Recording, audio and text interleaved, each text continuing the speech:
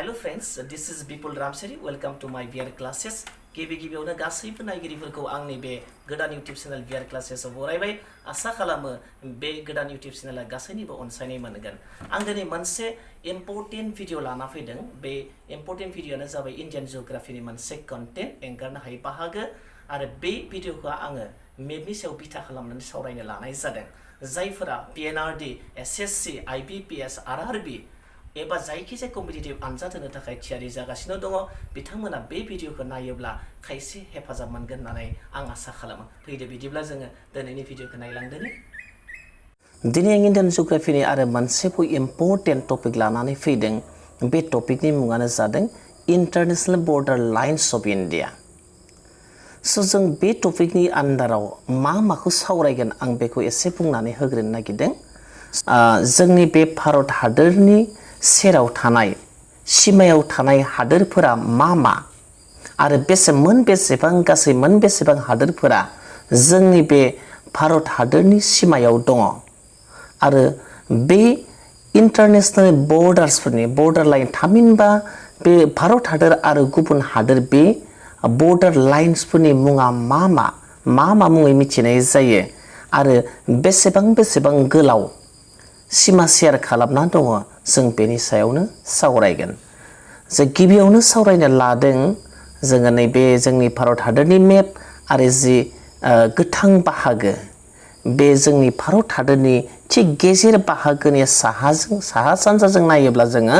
माखासे हादोरफोरनि मुं मोनगोन। बे गोथां गाब ग्रीन कालार होनाय बे गाबा जाबाय गुबुन हादोरफोर। स' मा हादोर गिबियावनो जोंनि भारत हादरजों बर्डार शेयार खालामना दोङो जों बेखौ नायगिरनि। गिबियावनो जे पाकिस्तान, आफगानिस्तान, चाइना, नेपाल, भुटान, म्यानमार, बांलादेश। जोंनि बे भारत हादरजों गासै मोनस्नि हादोरफोरा बर्डार शेयार खालामना दोङो। इन्टारनेशनेल बर्डार भारत हादरनि सिमायाव थानाय नांजाबनानै थानाय सिमायाव थानाय हादोरफोरा गासै गं 7 हादोरफोर आरो बेखौ मा होनना बुंनाय जायो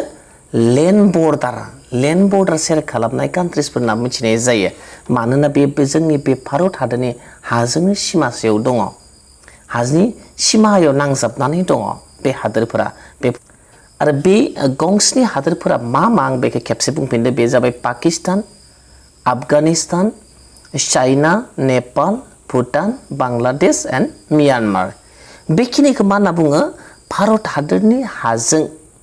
सिमा शेयार खालामनायखौ लेन्ड बर्डार्स होनना बुङो। लेन्ड बर्डाराव थानाय कान्ट्रिसफोरनि मुङा जाबाय बे मोनस्निया।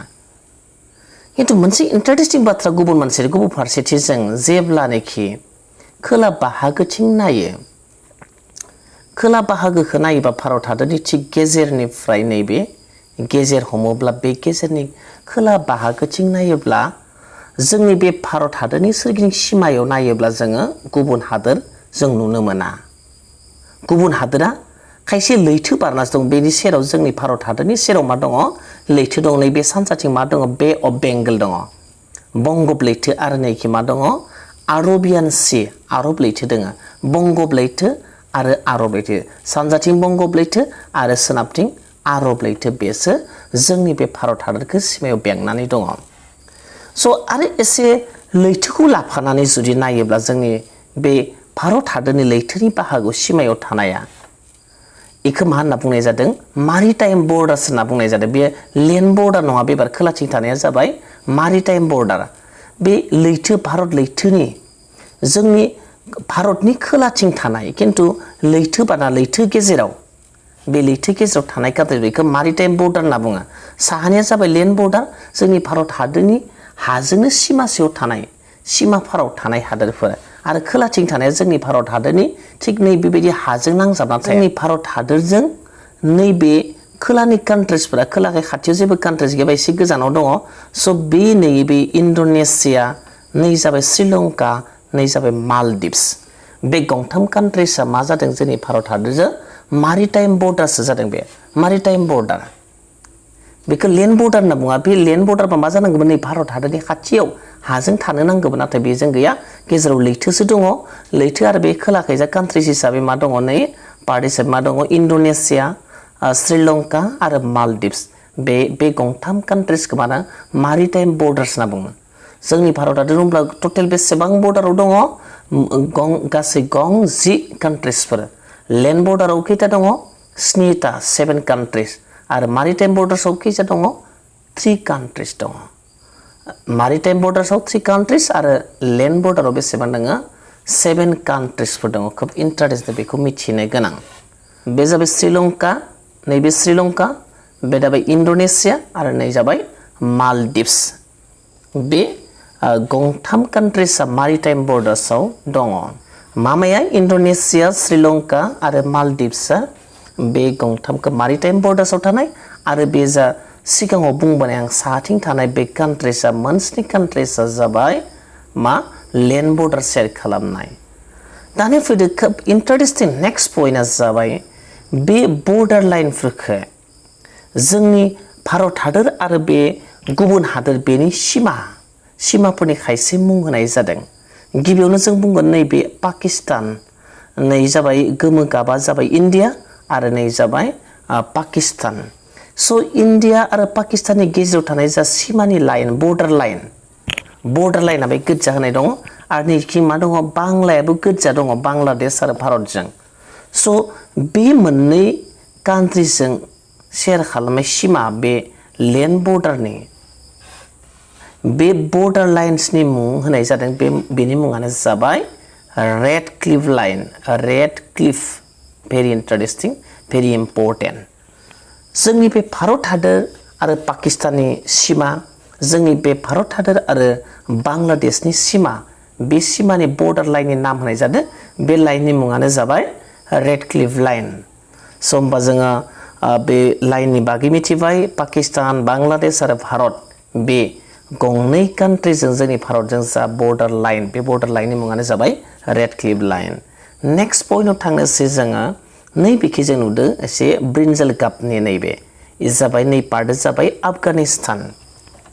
स' जोंनि भारत हादरजों आफगानिस्तानजों जे लाइन बर्डार शेयार खालामदो बे बर्डार लाइननि मुङा जाबाय ना मा डुरान लाइन इम्पर्टेन्ट दे डुरान लाइन बबेजों नैबेखिनियाव भारत हादरजों आरो आफगानिस्तानजों बे लेन्ड बर्डार शेयार खालामनाय माबायानो जाबाय मा डुरान लाइन भेरि इम्पर्टेन्ट आरो बेनो जोंनि बे बर्डार लाइन्सफोरनि बिथोराव इन्टारनेशनेल बर्डार लाइनफोरनि बिथोराव बैनिसे गुसुंसिन बर्डार शेयार खालामनाय बेनो जाबाय डुरान लाइन नेक्स्ट पइन्टआव थांलायनोसै जोङो नेक्स्ट पइन्टआ जाबाय नैबे पिंक कालार होननायखौ पिंक कालार गलापनि जि कालार नुदों सिमायाव बिसोरजों सिमा जादों नै जाबाय भारत हादरनि नर्थ इस्टनि पार्ट बेयो मा अरुणाचल प्रदेशजों चाइना स' अरुणाचल प्रदेशजों चाइनाजों जे बर्डार शेयार खालामबाय बे सिमा बे बर्डार लाइन इन्टारनेशनेल बर्डार लाइननि मुङानो जाबाय मानो McMahon line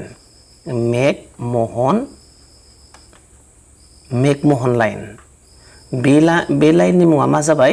McMahon line बबेयो चाइनाजों Arunachal प्रदेशजों बिनि गेजेराव थानाय सिमाया इन्टारनेशनेल बर्डार लाइननि मुङानो जाबाय मेकमोहन लाइन भेरि इम्पर्टेन्ट बेखौ मिथिना लानांगोन गोबां कम्पिटिटिभ आनजादफोराव फैयो आरो जों मिथिना लाखानांगोन बेखौ आरो नेक्स्टआव नायनो जों मोननै खोब इम्पर्टेन्ट लाइन दंबावो नैबेखौ नाय थामथियाव जाबाय बे मा LOC होननाय बे कनफिउजन हागौ बे दखौ जोंनि भारत हादरजों जेबो बर्डारानो जायाखै लाइना बे मोनसे कनफिउजन जानो हागौ जे जाबाय मोनसे बे लाइना जाबाय मोनसे मिलिटारि डिभिजन नैबे पार्टआ जाबाय माने पाकिस्ताना इलिगेलि अकुपाइड खालामना दा माने पाकिस्तान अकुपाइड जम्मु काश्मीर बेयो गोदोनि जम्मु काश्मीर दाथ' लादाख जाबाय जम्मु काश्मीर आरो लादाख मोननै बाहागोआव रानबाय बे जम्मु काश्मीरनि थिग बेयो जाबाय पाकिस्तान अकुपाइड काश्मीर पाकिस्तान अकुपाइड काश्मीर आरो बे भारतनि जि सिमा बे भारत हादरनि मिलिटारि थाग्रा लाइन मिलिटारि डिभिजन फौजिफोरा पाकिस्ताननि मिलिटारि आरो इन्डियान मिलिटारिसफोर थानाय बे जा सिमा बेखिनिया बेखौ मा होनना बुंनाय जायो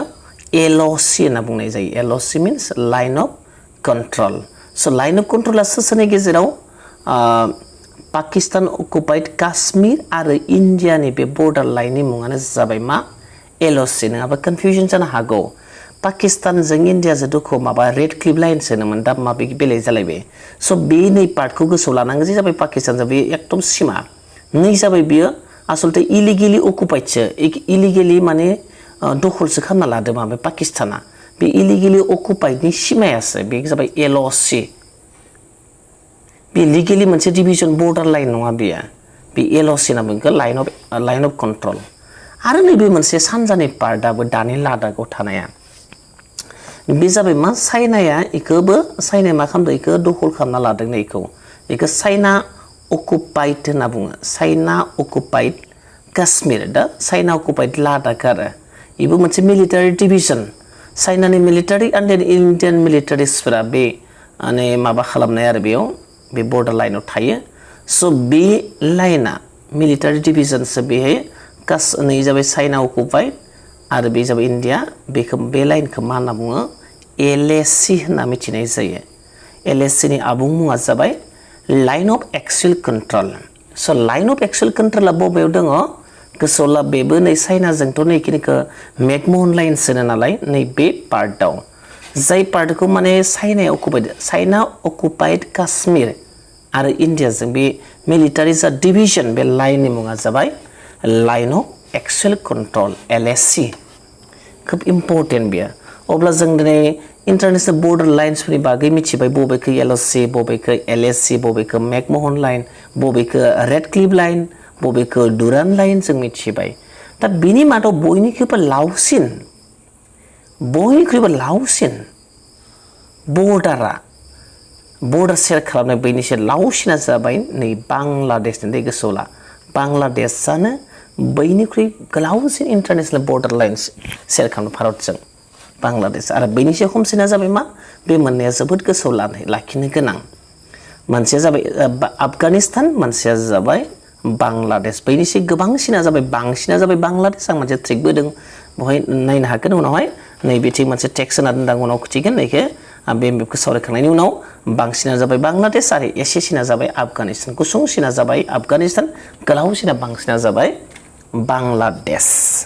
स' अब्ला जों बर्डार लाइनफोरनि बागैबो मिथिबाय नामफोरनि बागै मिथिबाय मा कान्ट्रिसा बर्डार सेयार खालामदों जों बेफोरखौबो मिथिबाय आरो बेफोरखौ गोसोआव लानायनि आं ट्रिकबो होनाय जादों दानिया जों थांदोनि बे सावरायखानाय दासो बे सावरायनाय बाथ्राफोरखौनो आङो एखे टेक्स्ट महरै होना दोननाय जादों खायसे इम्पर्टेन्ट फेक्ट्सफोरखौ जाहाथे नोंथांमोनाबो बेखौ स्क्रिनशट खालामनानै लानो हायो आरो क्लियारै नायफिननो हायो नायनोसै जोङो नैबे से नम्बर पइन्टआव नायनोसै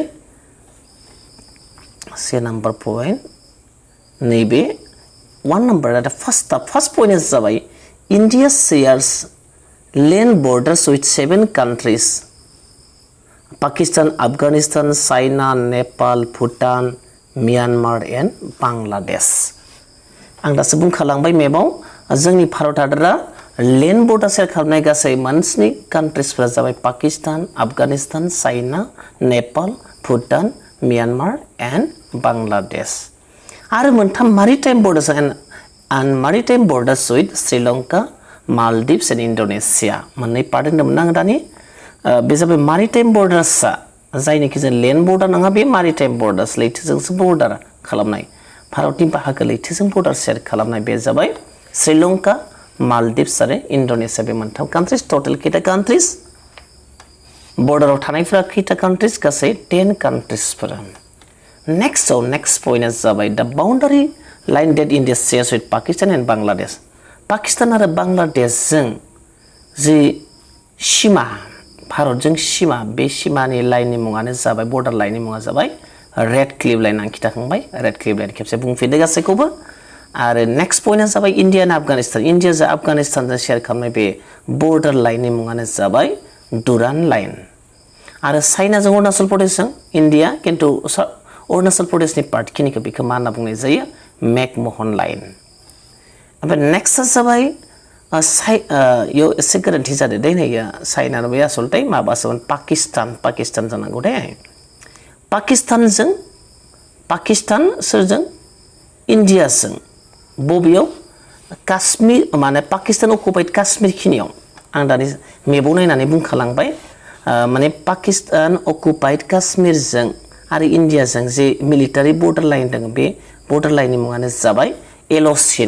लाइन अफ कन्ट्रोल आरो माने चाइना अकुपाइड काश्मीर एबा चाइना अकुपाइड लादाख दानि लादाखजों इन्डियाजों